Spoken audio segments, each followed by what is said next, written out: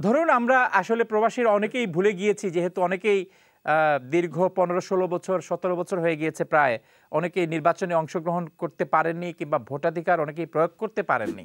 সিলেটের প্রধানতম সমস্যা হচ্ছে এখানে কোনো এমপ্লয়মেন্ট অপরচুনিটি নাই, কোনো মিল ফ্যাক্টরি নাই, কোনো ম্যানুফ্যাকচারিং সেক্টর ডেভেলপ হয় নাই।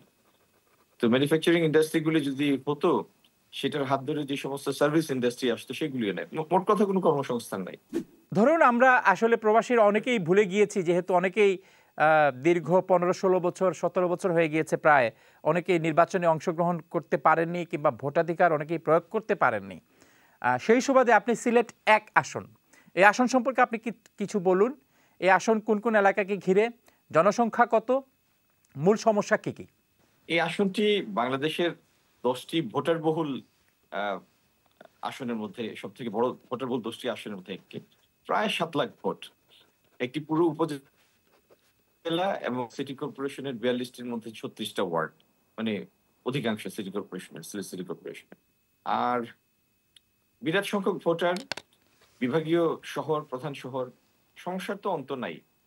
সিলেটের প্রধানতম সমস্যা হচ্ছে এখানে কোনো এমপ্লয়মেন্ট অপরচুনিটি নাই, কোনো মিল ফ্যাক্টরি নাই, কোনো ম্যানুফ্যাকচারিং সেক্টর ডেভেলপ হয় নাই।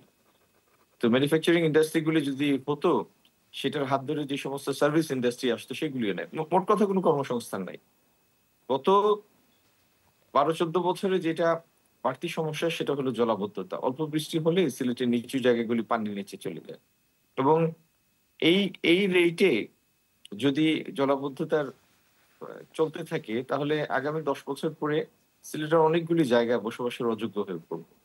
সুরমার ভাঙ্গন আছে। আ অনেকগুলি সমস্যার তো অন্ত নাই।